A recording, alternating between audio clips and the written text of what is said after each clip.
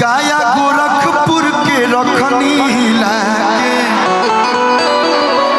आप ही लिखे थे भैया, बाकी ना छोड़नी कौनो जिला के। और ये सच भी है, आ रहा छपरा में आवाजाही अकसर हो।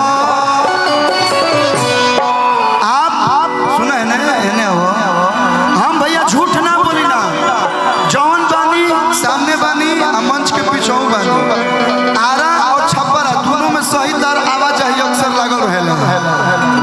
आरा जिला छपरा जिला कि आरा या छपरा में आवाजाही अक्सर हो।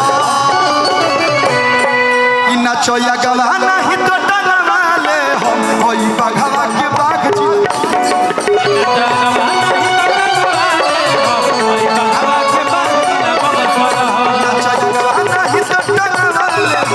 बघावा के बाघ जिला बक्सर हो।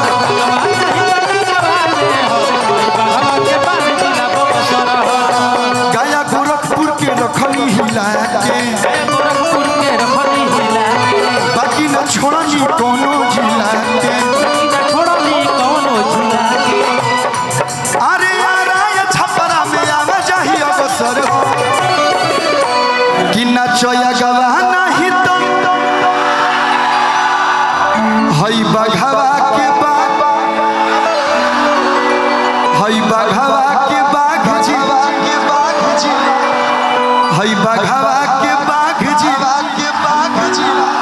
और ये हम गाना में गाए हैं लगा के नहीं, हमनी के जिला में लाग के आई बा बाघ जिला बक्सर, बघावा जिला बक्सर।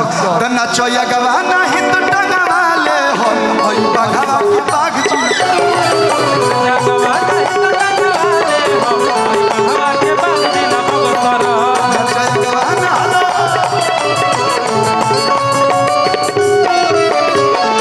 तू कहलू कि पावर है जैसे शुरू होला है जैसे खत्म, तो जो है बतिया साच भगा भैया। तना चया गवा नहीं तो टंगा वाले हम हई बघावा के बाघ जिला।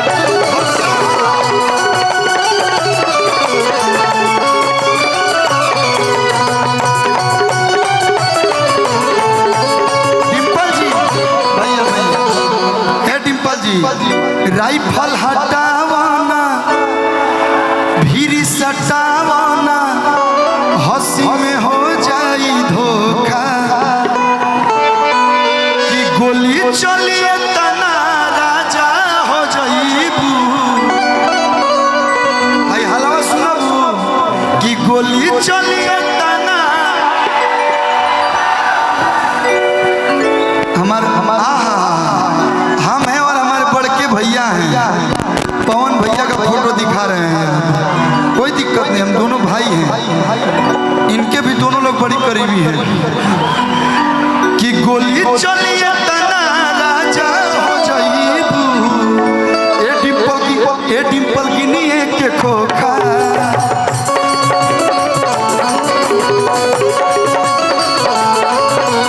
हमारे आशिक तो बड़े बड़े अफसर हो।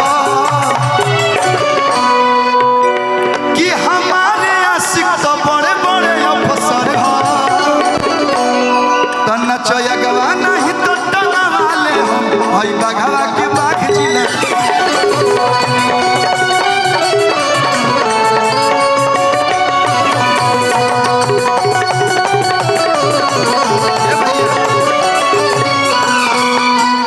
कि नमवे